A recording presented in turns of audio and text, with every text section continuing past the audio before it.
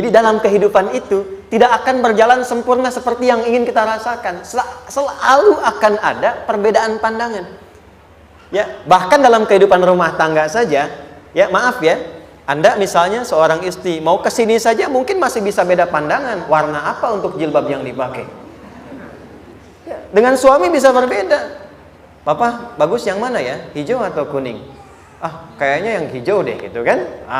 Enggak, kayaknya kuning deh gitu kan. Masih mending ada dua pilihan. Begitu dipakai, pink. Bisa berbeda. Anak bisa berbeda. Jadi kesan pertama yang ingin dibangun bahwa dalam kehidupan sudah pasti akan ada keragaman pandangan.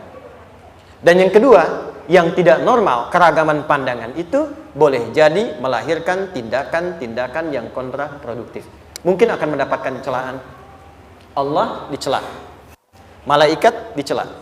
Rasul dicela, Nabi dicela, sahabat dicela, tabi'in dicela, ulama dicela. Kita siapa yang mungkin belum menjadi bagian dari orang-orang itu dan ingin bebas dari celaan? Itu mustahil. Jelas sampai sini? Jadi kalau mendapatkan celaan, berbahagialah, berarti kehidupan kita normal. Jelas? Pernah mendapatkan celaan dalam hidup? Halo? Pernah disoal oleh orang lain? Pernah direndahkan oleh orang lain? Nah, Allah tuh memberi kesan kepada kita, jangankan engkau, Rasul yang paling mulia saja pernah mendapati itu. Tapi bagaimana seni mendapatkan ketahanan sehingga dalam dicela pun tetap tenang. Dalam disoal pun tetap hatinya nyaman. Karena ketenangan itu yang membawa pikiran tenang dan tindakan yang terukur. Dan kadang-kadang ketenangan itu lebih penting bahkan dibandingkan dengan harta yang berlimpah. Seringkali saya berikan perbandingan dari sejak dulu kita belajar kan. Coba pilih mana? Saya yakin masih konsisten. Pilih mana? Kaya tapi gelisah atau miskin tapi tenang? Tidak boleh ada pilihan ketiga, saya tahu itu. Kaya tapi gelisah atau miskin tapi tenang? Pilih mana? Ya, saya tahu kan. Kaya tapi tenang. Oke, di fase ini wahyu belum turun. Nabi sudah ngajar, turun wahyu, turun al-ala, turun beberapa surah. Tiba-tiba ada masa jeda, wahyu belum turun. Sepekan belum turun, sebulan belum turun. Disitulah muncul seakan ada amunisi bagi orang-orang yang tidak senang dengan Nabi, tidak senang dengan ajakan Nabi pada kebaikan. Ini poin yang kedua. Kalau Anda berbuat baik, pasti ada tantangan. Ingat ya, kalau Anda berbuat baik, apapun itu, pasti ada tantangan. Yang menguji konsistensi kebaikan itu apakah serius untuk dilakukan atau tidak. Maka mulai muncul tuduhan. Lihatlah Muhammad dari ditinggalkan sama Tuhannya. Itu Muhammad udah gila tuh, naik turun bukit, naik turun lagi, kayak orang bengong. Muhammad udah ada beban di pundaknya. Jangankan umatnya, Rasulnya saja yang mengklaim Rasul punya masalah katanya, ya kan? Dan ditinggalkan Tuhannya, kok masih mau ikut Muhammad? Maka dalam keadaan itulah kemudian ditunggu, naik turun, turunlah kemudian dua surah sekaligus, surah 93, surah 94, yaitu surah Ad-Duha dan Al-Insyirah.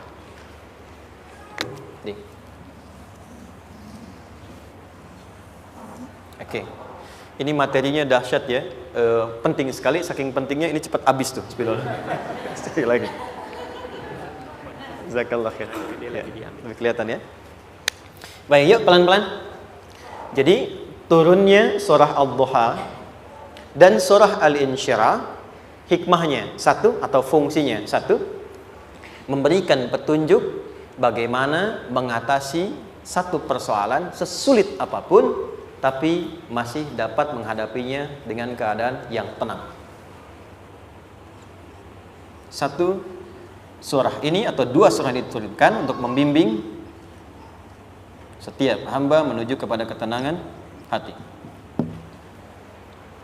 Dua, membangun kekuatan mental sehingga dalam situasi apapun dia tetap kuat mengatasi berbagai persoalan kehidupan. Nanti terapannya banyak, di bisnis ada. Nanti saya turunkan contohnya. Kadang-kadang ikut tender, sudah bagus, sudah menang, tapi proyeknya diambil orang. Ada yang begitu? Nanti ada ayatnya, ada. Nanti kita turunkan. Udah siap-siap, kan? Pengen melamar, ternyata keduluan orang, gitu kan? Udah siap-siap, pengen dapat ini, mau lulus, ternyata nilainya nggak seperti yang diharapkan. Muncul, ada, selalu ada demikian. Nanti kompleksitasnya banyak. Tapi dua surah ini kalau kita bisa kuasai artinya dengan baik, pahami dengan benar, maka akan ada sesuatu yang beda yang terasa dalam jiwa kita dan kesiapan mengatasi setiap persoalan dalam kehidupan. Yuk kita baca dulu ya supaya dapat keberkahannya dari dua surah ini. Saya bacakan, Anda ikuti ya. A'udzu billahi minasy syaithanir rajim.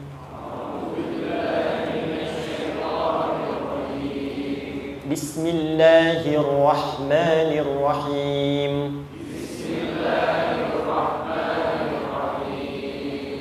Wadduha والليل إذا سجى ما ودعك ربك وما قلى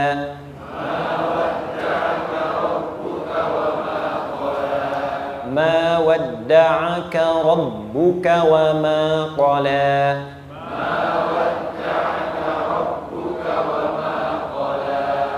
وللآخرة خير لك من الأولى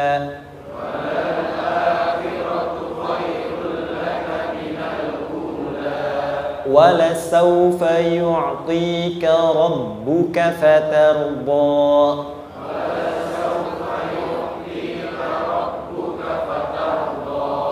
ألم يجدك يتيما فآوى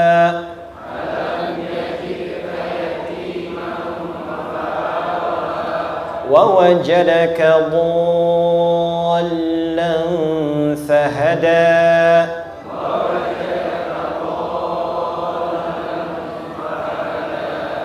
ووجدك عائلا فأغنى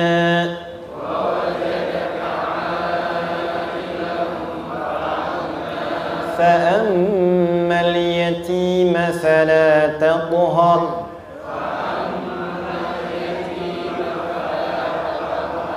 وأما السائل فلا تنهر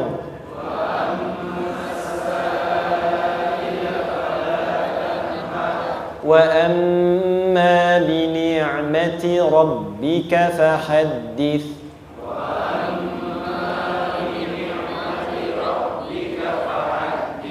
Baik, satu surah dulu, alhamdulillah.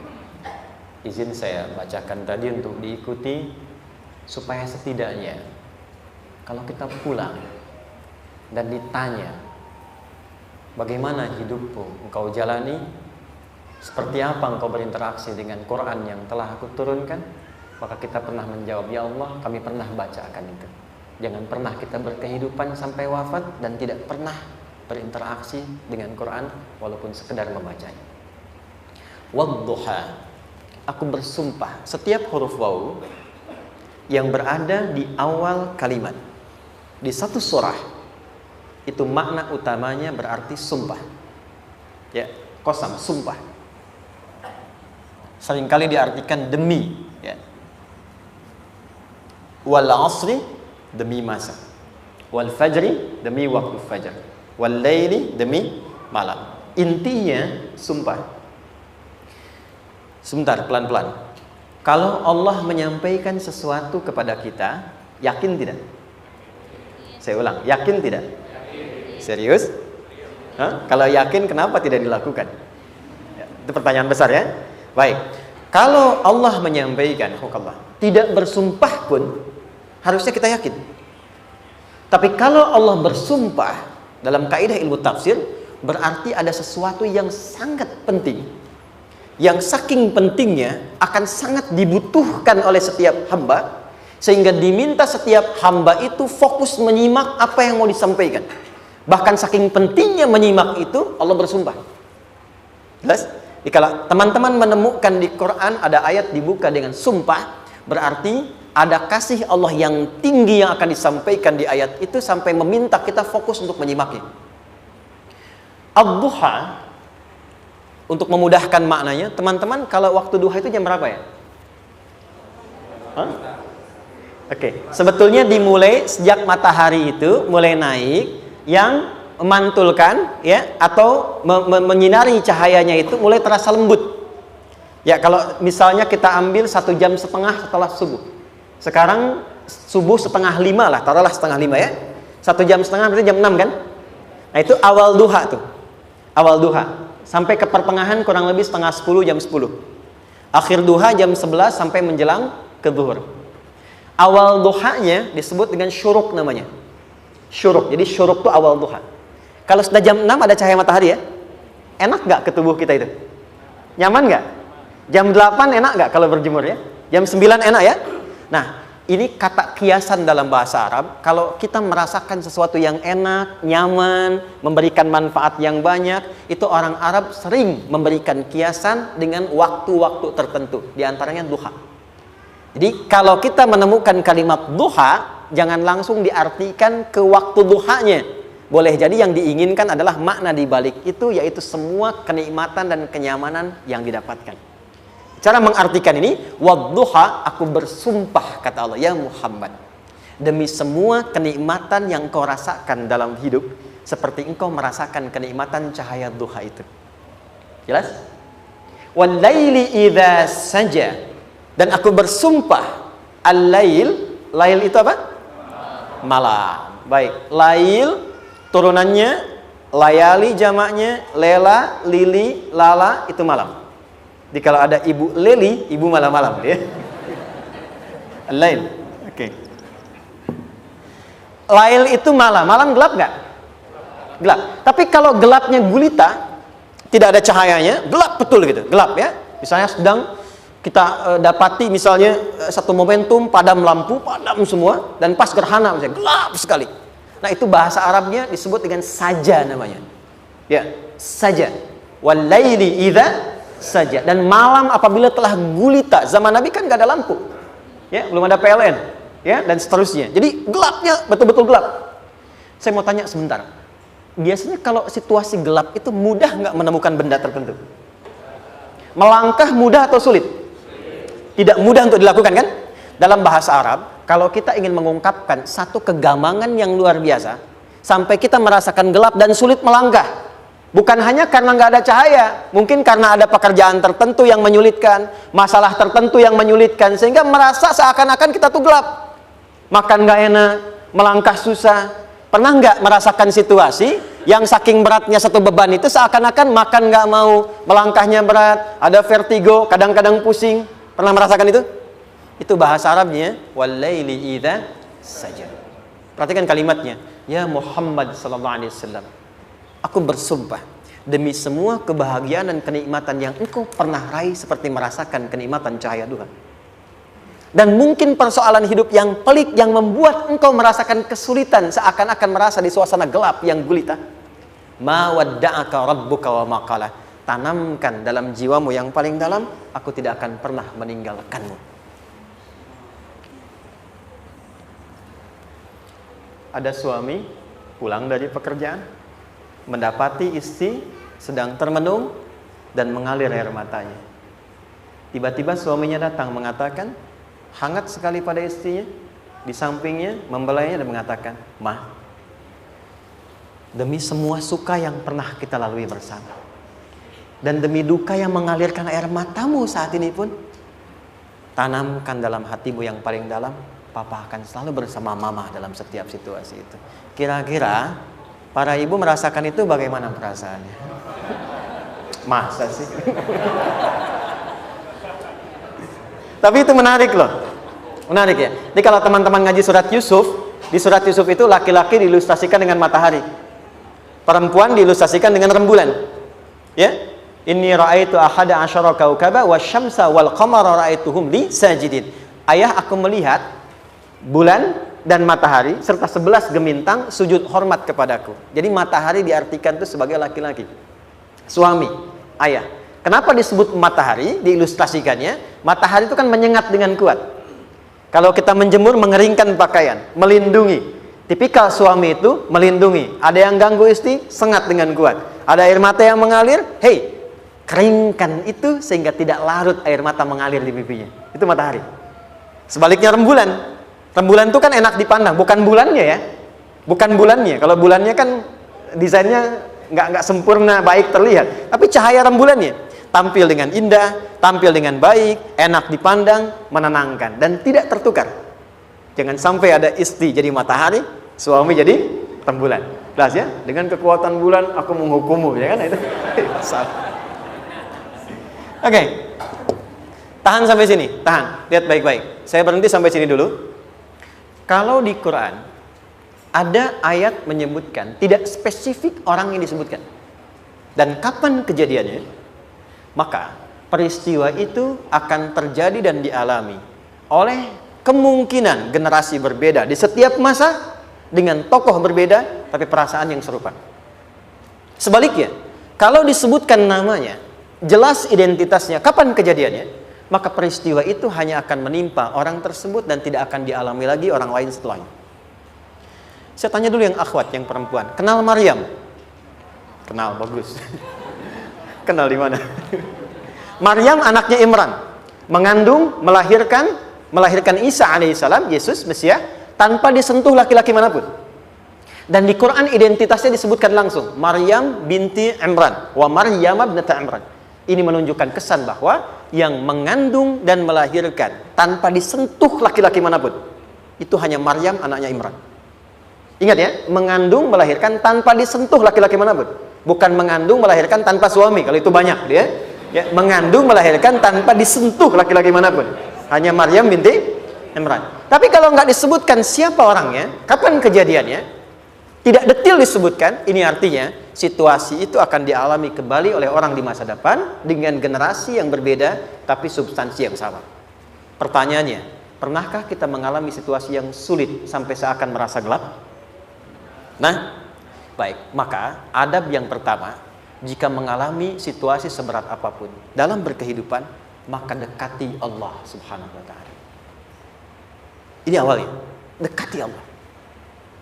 Apalagi kalau ada yang mengatakan ini nggak mungkin, ini nggak akan terjadi, ini nggak bisa. Kalau sudah ada tanda seperti itu tanda langsung dari Allah, supaya Anda diminta langsung mendekat kepada Allah dan tinggalkan semua makhluk. Karena Allah hanya akan mengabulkan langsung kepada Anda tanpa perantara siapapun.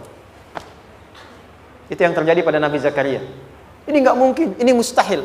Maka beliau langsung memohon kepada Allah dan langsung menyebutkan, ya Allah, saya minta darimu saja, tidak dari yang lain. Maka dikabulkan seketika. Jadi yang pertama, jika punya kesulitan sebesar apapun, seberat apapun, cepat dekati Allah. Maka di situ akan dijawab langsung oleh Allah, ma wadda'aka rabbuka wa ma qala. Hambaku, sepanjang engkau mendekat kepadaku, maka yakinkan dalam dirimu, situasi apapun yang kau rasakan, aku tidak akan pernah meninggalkanmu. Sudah? Satu? Paham sampai sini? Oke. Pelan-pelan ya. Saya belum bicara caranya. Saya baru bicara di awal motivasinya. Dekati Allah dulu, nanti caranya didetilkan di surah Al-Insyirah. Teruskan. Ma wadda'aka rabbuka wa ma qala. Walal akhiratu khairul laka minal. Perhatikan. Hei, seberat-berat bebanmu saat ini, ingat, satu saat akan tuntas. Dan ini pun ujian. Kalau sudah meninggal, gak ada ujian lagi. Dan nanti kehidupan yang sekarang, apapun yang kau pertentangkan, perdebatkan, perselisihkan, itu semua akan ditinggalkan. Jadi ternyata Allah mengungkap hakikat kehidupan dunia. Apapun yang diperselisihkan, tuh unik ya. Orang berselisih pada yang akan ditinggalkan. Aneh nggak? Ada orang berebut makanan, kan? Rebutan sampai berkelahi dan sebagainya. Pada akhirnya makanan yang diperebutkan itu pun akan ditinggalkan. Yang ini meninggal, itu meninggal. Jadi memperebutkan sesuatu yang pada akhirnya akan berakhir. Kata Allah, Allah sampaikan, jika Anda mengalami situasi, sesuatu yang mungkin membuat berat, tanamkan pada jiwa kita, hei, yang aku kejar-kejar ini, boleh jadi aku akan tinggalkan juga. Kenapa aku harus menangisi dan larut pada sesuatu yang tidak abadi? Maka Allah hibur kita dengan mengatakan, kamu tenangkan diri dulu. Semua yang kamu pikirkan sampai membuat kamu berat begini, pada akhirnya kamu tinggalkan. Dan yang abadi itu akhirat. Walal akhiratu khairul laka minal. Dua, pelan-pelan sikapi setiap masalah dengan proporsional. Jangan terlalu larut dalam sesuatu. Dapat job satu, pengen, udah siap, kontraknya besar, tiba-tiba hilang. Dipikirin, Anda mikirkan itu pun nggak akan balik. Proporsional aja dulu. Ya, nanti caranya akan turun nanti di alim syirah. Tenangkan diri dulu. Prasangka baik kepada Allah Subhanahu wa taala. Boleh jadi apa yang Allah ingin berikan sebagai pendahuluan sekarang belum sampai kepada kita karena Allah menyiapkan yang lebih baik di balik itu. Kita belum tahu ada apa di balik itu sehingga kita tidak dapatkan itu. Sehingga kemudian Allah katakan walal akhiratu khairul laka minal ula. Teruskan wala saufa yu'tika rabbuka. Pelan-pelan. Orang yang punya sikap seperti ini itu cenderung lebih dekat mendapatkan ridha Allah dibandingkan dengan orang-orang yang larut dalam kesulitan. Orang yang move on dengan setiap persoalan dalam kehidupan, cepat berpikir secara proporsional, tidak menggantungkan hidupnya pada persoalan tertentu sehingga membuat dia menjadi beban, itu lebih mendekatkan dirinya kepada ridha Allah dibandingkan dengan orang yang meratapi persoalan hidupnya. Ya. Pelan-pelan. Jadi spiritnya, kalau punya masalah apapun, jangan dilarutin terus. Gak usah diratapi, cepat move on. Berpikir lagi, rencanakan lagi. Nanti, detailnya ada di Al Insyirah. Tapi poin besarnya, janji Allah mengatakan, kalau Anda bisa move on, proporsional, maka yang dijanjikan oleh Allah, di situ Allah percepat datangnya ridha Allah Subhanahu wa ta'ala. Kalau ridha Allah sudah datang, maka akan dua yang diberikan. Pertama kali, ketenangan di dalam jiwa, dan yang kedua, kemampuan untuk berikhtiar lebih baik mencapai apa yang diinginkan. Satu, kalau ridha Allah sudah diberikan pada seorang hamba, yang pertama diberikan ketenangan dalam jiwa. Bukan dunianya dulu. Bukan apa yang Anda ingin harapkan dulu. Pengen sesuatu, ya, pengen materi, pengen kedudukan, pengen lulus anaknya ujian, ya kan? Tiba-tiba terjadi sesuatu, diratapin, alih-alih meratap, alih-alih membuat status, alih-alih menyulitkan diri, kata Allah, terima dulu proporsional. Setelah itu dekatkan diri kepada Allah, turun ridha Allah, begitu turun yang pertama diberikan ketenangan kepada hati. Tenang dulu. Kalau sudah tenang, nanti dibimbing menyelesaikan apa yang sedang dihadapi itu. Itu poin yang ketiga. Pelan-pelan.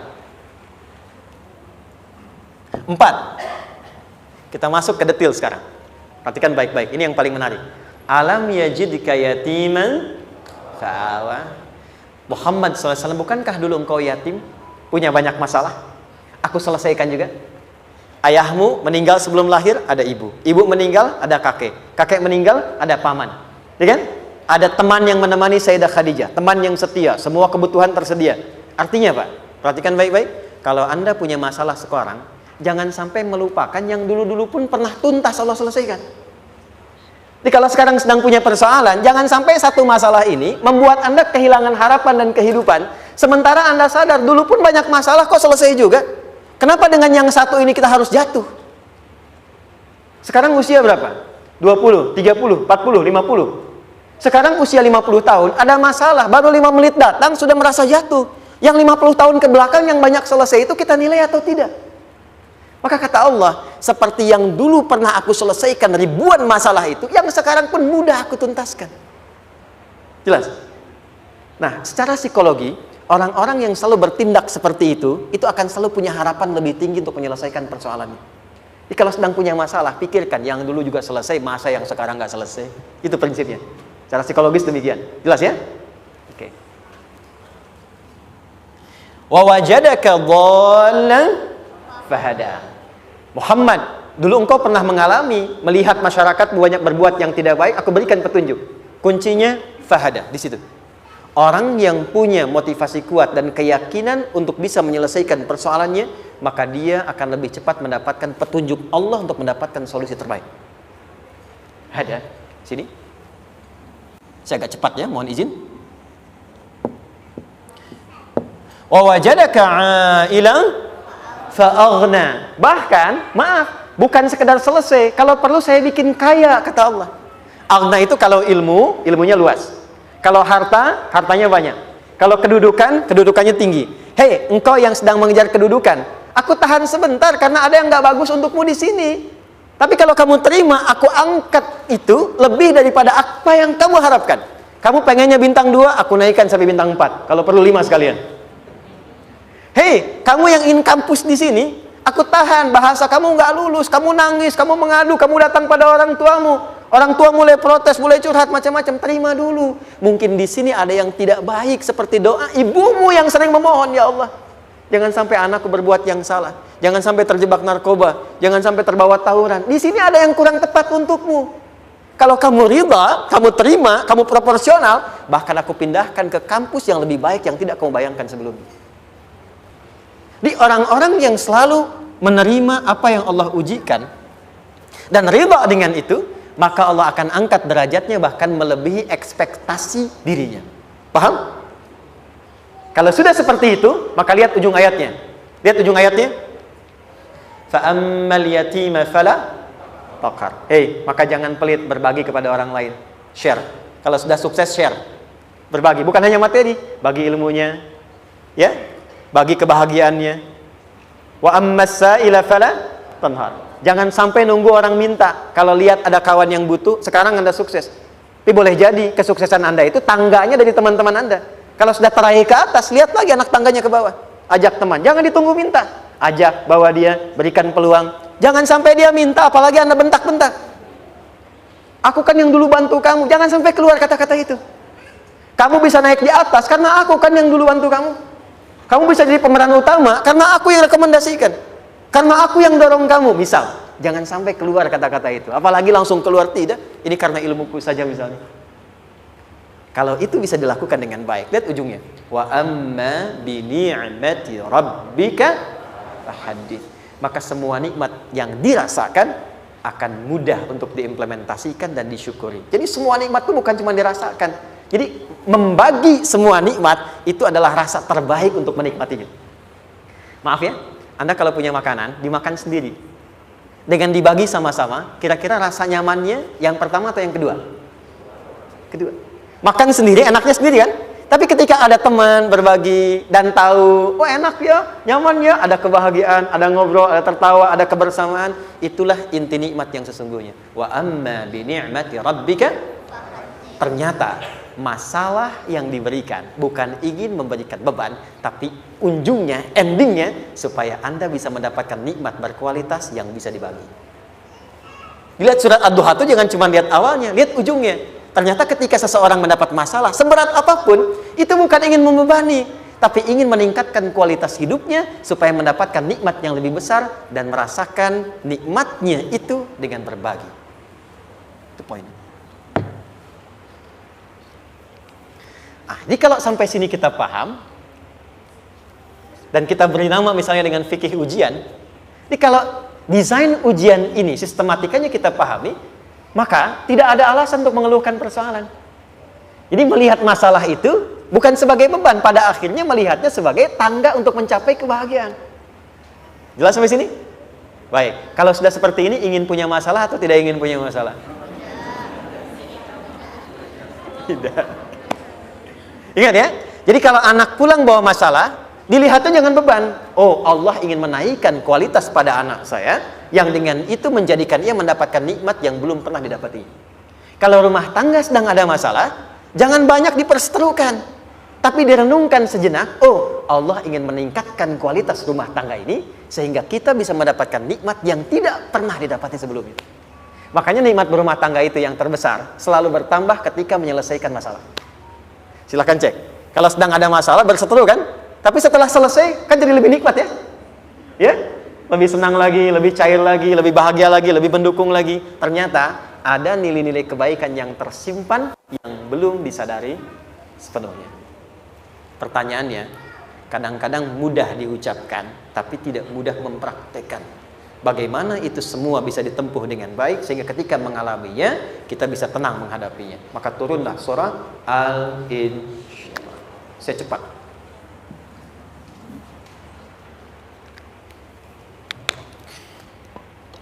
Teman-teman, ini apa? Kelas ya? Baik, pelan-pelan sedikit. Kira-kira volumenya besar kecil? Kecil ya? Baik. Kalau saya bandingkan dengan gayung, volumenya besar mana? Gayung ya? Baik. Kalau ini saya perlebar, sehingga bisa memasukkan apapun ke dalamnya, itu bahasa Arabnya disebut dengan insyirah namanya. Jelas? Meluaskan sesuatu sehingga terlihat lapang, sehingga memudahkan setiap hal masuk ke dalamnya. Itu insyirah namanya. Surah ini diberi nama dengan surah Al-Insyirah, yang berarti sesuatu yang lapang, yang tenang, yang nyaman. Yang diharapkan dengan keadaan hati yang lapang, nyaman, tenang itu, segala persoalan yang dihadapi dalam kehidupan akan mudah diterima dan tidak berdampak besar dalam menyikapinya. Maka bagaimana kemudian Allah memberikan turunan-turunan petunjuk supaya apa yang diharapkan ini bisa tercapai?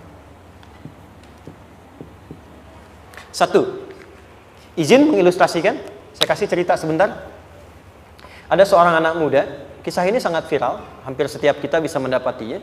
Datang kepada seorang kakek tua di sisi danau yang jernih sekali airnya. Dia berkeluh kesah tentang persoalannya. Dia katakan, saya punya masalah begini. Berat sekali terasanya. Kakek itu kemudian permisi, dia hanya membawa 2 genggam garam. Kemudian beliau bawa 1 gelas, ilustrasinya seperti ini. Dimasukkanlah kemudian garam itu ke gelas itu. Lalu diambil 1 gelas air yang jernih tadi dengan garam segenggam. Kata beliau, minum. Pemuda itu mengatakan, wah asin, minum aja dulu. Lalu ketika diminum, langsung ditumpahkan. Dia muntahkan, asin katanya. Lalu setelah itu kakek yang tadi melepaskan segenggam sisanya, dilempar ke danau tadi yang luas. Lalu diambil lagi dengan gelas yang sama. Sekarang minum. Bagaimana rasanya? Segar, enak, nyaman. Itulah hatimu. Kalau hatimu sempit sesempit gelas ini, maka masalah sekecil apapun akan selalu menghadirkan kesulitan seperti engkau menelan garam tadi. Tapi kalau hatimu luas, sebesar apapun masalah, tidak akan pernah berdampak pada dirimu kecuali engkau mampu menyusun rencana untuk mengatasinya. Kelapangan hati yang membuat diri kita mampu menerima persoalan apapun, itu yang disebut dengan insyirah. Makanya dulu tahun 90-an ada sinetron Hati Seluas Samudra gitu ya. Saya pernah tahu itu. Sama anaknya diapa-apain juga, masih aja ya menerima gitu. Dulu siapa ya? Jeremy Thomas dan lain-lain ya. Saya kira ada gitu. Ya, saya kira itu ya. Saya pernah lihat sejenak ya. Saya jarang-jarang nonton gitu. Pernah lihat aja. Saya senang riset. Jadi kalau riset itu ada riset dakwah, ada riset materi. Saya teman-teman yang musik gitu ya, saya tidak terlalu dekat dengan musik karena saya di Quran gitu. Tapi untuk mengetahui hukum musik itu bagaimana, saya riset. Sampai ke notasi saya tahu. C D F G A B C D F G D F G A B C D A B C D F G A F G A B C D E B C D E F G A B C D A B gitu kan ya? Ya, tapi kalau diminta piano, gitar, ini saya nggak bisa. Ya, tapi untuk menentukan hukum, nah kita bisa paham gitu. Misalnya boleh nggak baca Quran pakai langgam Jawa gitu kan? Nah, hukumnya apa? Nanti dari teori itu muncul. Ya, paham ya? Nah, oke, balik sini. Perhatikan baik-baik. 1, saya agak cepat. Ini ditafsir langsung turun Al-Insyirah. Yang pertama, alam nashrah laka sadrak wa wada'na anka wizrak allazi qadha dhahrak. Tahan sampai sini dulu, 3 ayat. Saya mulai dari ayat kedua dan ketiga. Perhatikan baik-baik. Wa wada'na anka wizrak allazi anqadha dhahrak. Artinya apa? Artinya satu beban yang diletakkan di pundak yang berpengaruh kepada semua bagian tubuh. Kita pernah melakukan atau melihat yang angkat beban ya? Beban kan semakin berat diangkat, semakin terasa ke bagian tubuh ya, ke semuanya. Nah, itu namanya wizrak alladzi anqadha dhahrak.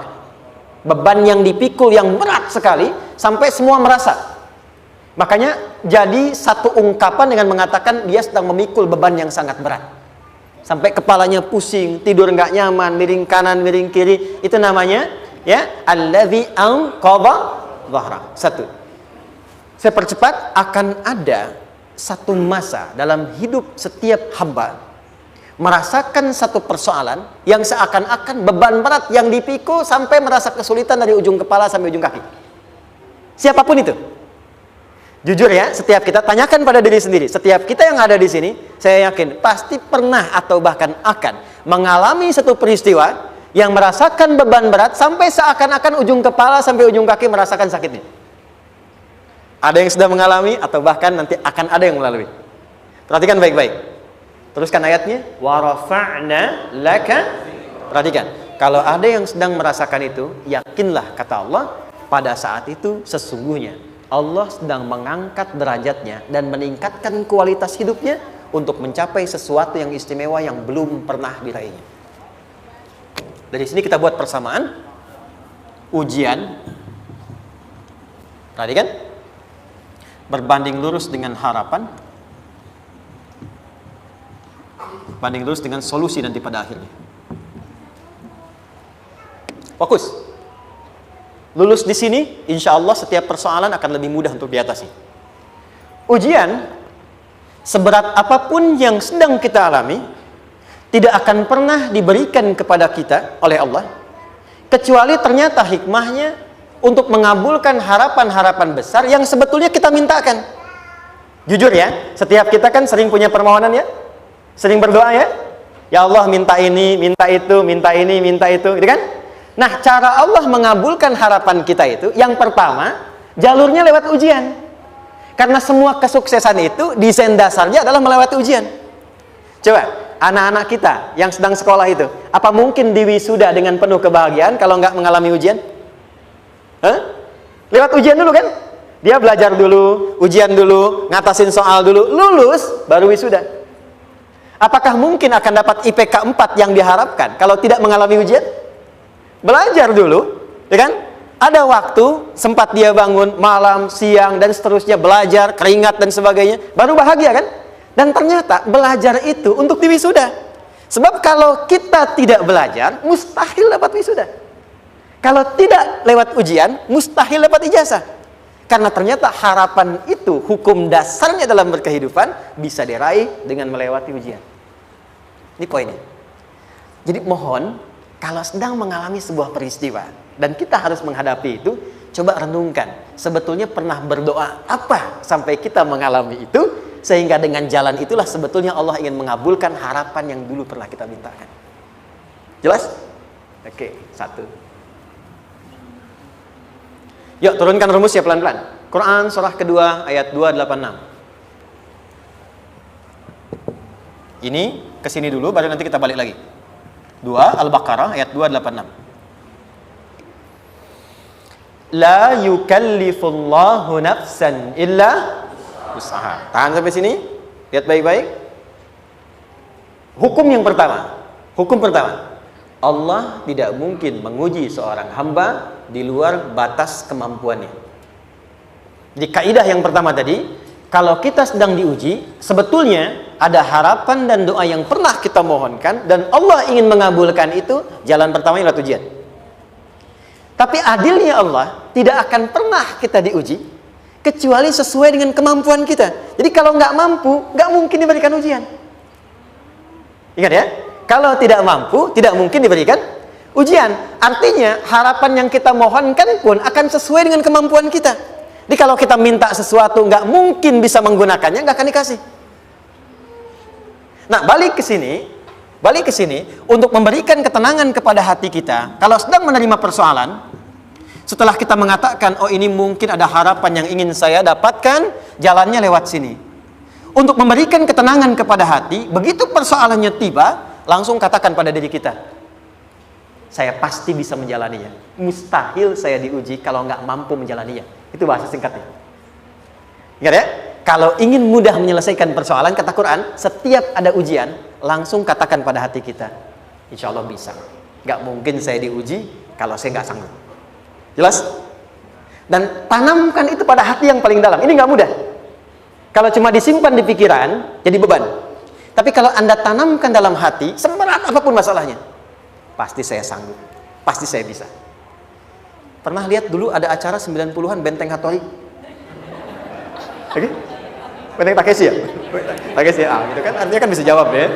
Saya tahu Ninja Hattori mendaki gunung, lewati lembah, ya tahu ya. Son Goku, Son Gohan, saya tahu itu. Son Goku, Kamehameha, Piccolo itu, yang nulisnya Suzuki Watanabe, saya tahu itu. Benteng Hattori, balik lagi ya. Benteng Takeshi ya. Puncaknya kan main pakai itu kan, pakai tank ya dan sebagainya. Tapi pernah ingat gak satu episodenya itu? Begitu akan bertarung, kan selalu ada motivator di sampingnya itu mengatakan, ayo, kamu bisa, gitu kan? Wah, namanya. Dia nggak ngaji Quran tuh. Kita punya ayatnya. Pernah nggak? Buka lagi ya dulu ya. Oke. Korea, kenapa bisa nyusul Jepang?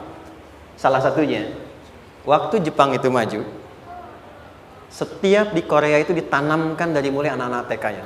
Kita harus lebih daripada Jepang. Sejak anak-anaknya TK. Itu ditanamkan betul. Kita bisa, kita dari TK. Sehingga ketika di sana bikin Honda, sini Hyundai. Hyundai kan dibacanya Hyundai, ya kan? Sana Honda, sini Hyundai gitu. Di apapun yang dibuat Jepang, Korea harus lebih unggul. Itu ditanamkan dari awal. Bisa. Kita itu sekarang punya ayatnya. Jadi kalau sedang punya masalah seberat apapun, katakan pada diri kita, insya Allah bisa. Gak mungkin diuji kalau nggak sanggup. Bisa insya Allah. Bisa. Kenapa mah? Bisa. Jelas? Oke. Sudah di situ teruskan. Lanjutkan. Warafa'na laka dzikra. Teruskan. Fa inna ma'al usri. Nah, ini poin terbesarnya. Fa inna ma'al usri yusra. Fa huruf yang menunjukkan sesuatu berlangsung dengan cepat. Inna di ilmu nahwunya berbunyi begini, di gramatikal bahasa Arab. Harfu nasbin wa taukidin. Tansibul isma wa tarfa'ul khabara. Mabniyun 'alal fathi la mahalla lahu min al-i'rabi. Paham? Tidak. Inna huruf yang digunakan untuk menguatkan informasi agar ditancapkan ke dalam hati sekuat-kuatnya dan jangan pernah ragu. Jadi kalau orang Arab itu nancapkan tongkat begini dan kuat, tidak goyah, itu nasab namanya. Nasabar rajula asahu fil ardi. Inna ini harfu nasab. Jadi kalau ada di Quran dibuka informasinya dengan inna, maksudnya begini, hei, tancapkan informasi dalam hatimu dengan kuat, jangan pernah ragu. Yakinkan pada dirimu. Apa yang harus diyakinkan? Ma'al usri yusra. Inna ma'al usri yusra. Usrun sama dengan yusrun. Lari ke sini. Oke. Apa artinya usrun? Sulit. Oke. Sulit itu ada dua. Ada sa'bun, ada usrun. Kalau kesulitan yang relatif, kata si A sulit, si B mudah, itu sa'bun namanya. Contoh, kata si fulan, bahasa Jepang susah. Padahal kata yang lain tidak. Saya ke Jepang, anak-anak kecil begini bisa bahasa Jepang, gitu kan? Bagi mereka mudah, gitu kan? Saking mudahnya gitu. Watashiwa, gitu. Anak-anak kecil, bagi mereka mudah, bagi kita belum tentu. Itu sa'bun. Inna lughatal yabaniyya sa'bah. Relatif. Tapi kalau kesulitan yang sifatnya mutlak, semua orang mengatakan sulit. Maaf, bawa mobil, sulit atau mudah? Bukan mengendarai ya, bawa mobil, bawa. Sulit ya? Sulit ya? Baik, sepakat sulit semuanya. Nah, itu dalam bahasa Arab dikenal dengan usrun. Kesulitan yang semua sepakat bahwa itu susah. Sulit, semua sepakat. Dan ketika ada orang bicara, aku sedang punya masalah begini. Semua mengatakan, wah itu nggak mudah, itu nggak mudah. Itu usrun namanya. Lawannya, kemudahan yang relatif disebut sahlun. Tapi kemudahan yang semua sepakat bahwa itu mudah, itu yusrun namanya. Mengangkat spidol, semua mengatakan mudah, ringan. Itu yusrun namanya. Perhatikan, Allah tidak memasangkan sa'bun dengan sahlun, tapi memasangkan usrun dengan yusrun. Orang-orang yang punya keyakinan kuat, setiap persoalan itu akan selesai. Dan dia mengatakan pada dirinya, aku bisa melewatinya. Maka, perhatikan kalimatnya kata Quran. Inna ma'al usri yusran. Sesulit apapun masalah yang sedang dia alami, maka Allah akan datangkan solusi semudah-mudahnya yang bisa dia nikmati. Dengan kata lain, kalau kita bawa ke bahasa psikologi, kalau sedang menghadapi persoalan seberat apapun, selain kita mengatakan, ini pasti bisa saya lalui, saya insya Allah sanggup mengatasinya, katakan pada diri kita, ini pasti selesai. Pasti ada solusinya, pasti mudah. Katakan, walaupun memang solusinya belum datang, tapi tenangkan pada diri kita dengan mengatakan, inna ma'al usri yusra. Bahasa psikologinya, katakan pada diri kita, ini pasti selesai. Nggak mungkin nggak selesai, pasti ada solusinya, pasti mudah. Itu lebih memberikan harapan pada diri kita untuk menuntaskan persoalan dibandingkan dengan meratapinya. Jelas? Teruskan. Fa inna ma'al usri. Kalau masih ragu kata Allah, katakan lagi sekali lagi. Sampai hati kita merasa nyaman. Jadi kalau sedang punya persoalan seberat apapun, tanamkan pada diri kita, pasti selesai. Belum nampak, insya Allah pasti selesai. Gak mungkin diuji kalau nggak ada solusi. Itu lebih memberikan harapan. Setelah itu, fa'idha faraghta, mitigasi masalahnya, mitigasi persoalannya. Tuliskan, ini masalahnya apa? Rumah tangga. Apa saja misalnya, dia ada suami, ada istri, ada anak-anak. Masalah ada di mana? Kadang-kadang benangnya jadi kusut karena satu-satu nggak segera diselesaikan. Maka kata Al-Quran, fa'idha faraghta, satu-satu mitigasi dulu. Satu masalah di sini, lihat di suami, lihat di istri. Kalau pekerjaan, masalahnya apa? Sebelum bercabang kemana-mana, petakan. Apakah rekanannya? Apakah relasinya? Apakah kemampuannya? Apakah manajerialnya? Apakah marketingnya? Mitigasi, kotaki semua, selesaikan satu-satu. Setelah itu, apa yang dilakukan? Wa ila rabbika, tawakal sepenuhnya kepada Allah untuk menentukan hasilnya. Tawakal itu yang paling mahal.